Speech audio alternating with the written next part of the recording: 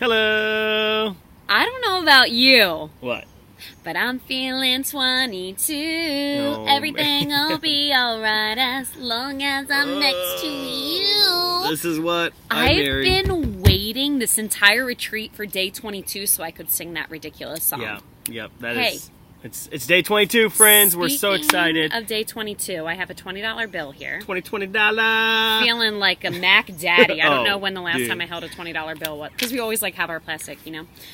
What's that say there On the back, United States of America. under that? Oh, in God we trust. In who? What? In who you trust? In God. You sure you ain't trusting the almighty dollar? Day 22 is all about cultivating the interior disposition of trust in our hearts. Trust. Isn't it interesting that even our money tells us to trust in the Lord? At least for now. Yeah, at least for now. We're going to keep praying that that stays There's there. been some fight over that.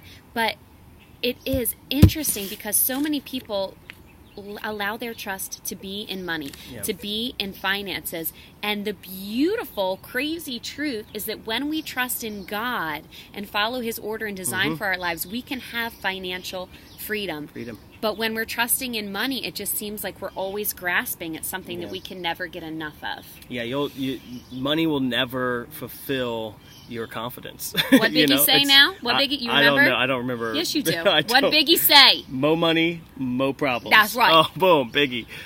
We got Biggie, we got Tay Swift. So here's the message today. Trying to sneak some Britney Spears I want in to here speak to the somehow. fathers. Fathers, there's a Christian lie out there. There's a popular lie out there that says that you are the providers of your family, and that's just not true. God the Father is the provider of your family. And so I lift the burden off of your shoulders right now that says that you are the provider of your family, because you're not, right? That God the Father provides for all of His children. What father would give their child a stone when they ask for a loaf of bread, or a scorpion when they ask for a fish? The answer is a very bad father, right? But a good father gives good things to the children who ask. And the Father says, ask and you will receive. Knock and the door will be opened. Seek and you will find, right? And so, fathers, your job is to be the spiritual leader of your household. And as the spiritual leader, you are on your bended knee begging that you would have trust in God the Father. The Father would provide all good things for your wife, for your children, and for your family. No matter how bad it gets, that God provides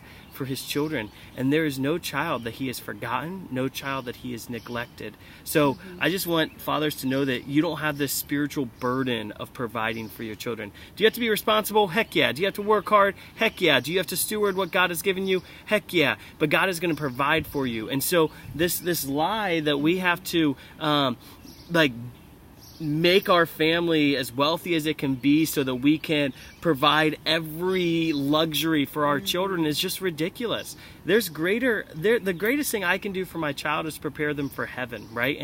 And in heaven, every need is fulfilled. And but we don't live in surplus. Like there's not waste in heaven, right? There's rejoicing in heaven because God alone is enough. God alone is enough.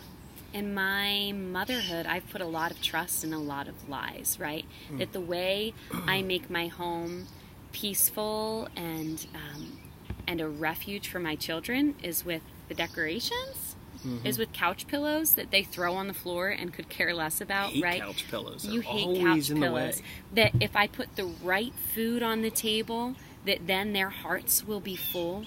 The reality is that no matter what food I serve, what matters to them is that I serve it with a heart of abundance, with a smile on my face, with an attitude of service and joy towards them. My heart is their home. My disposition as mother is the environment of my home, and it has very little to do with furnishing, with what's on the walls, with the color on the walls, with the flowers in my garden, right?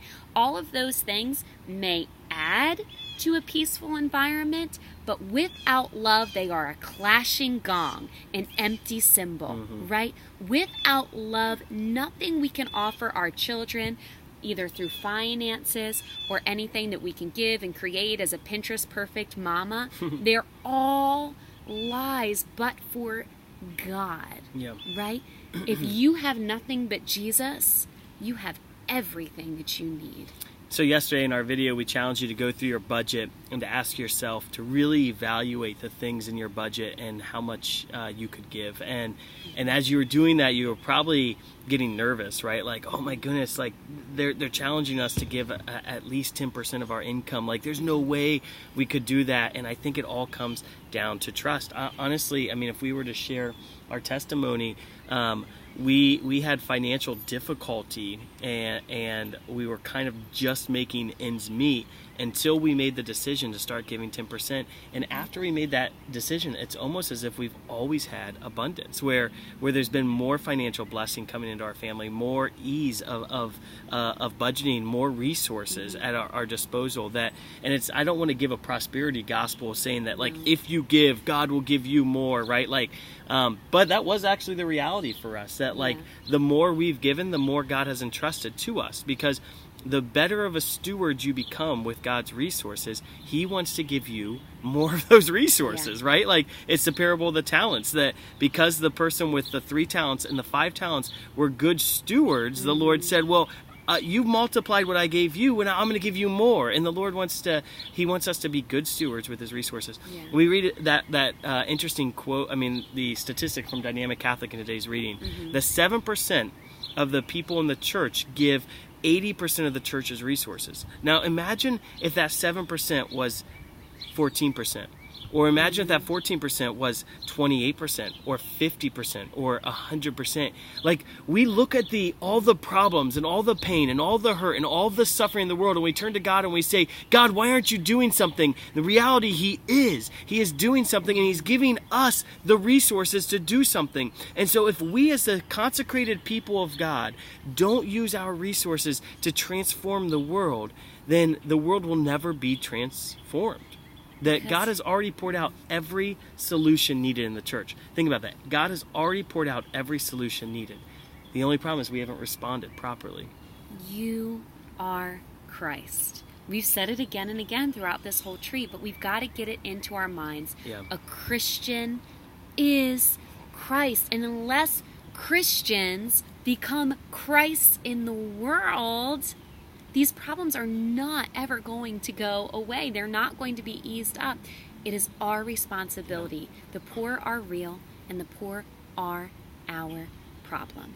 And not just the poor, you can think of the spiritually poor as well. Like the needs of the church are present, right? Like, I know with our ministry at Damascus Catholic Mission Campus and Catholic Youth Summer Camp, it's so humbling. Like, there's no way we would ever have the resources to do what we've done, to buy 500 acres and to build a beautiful campus for young people.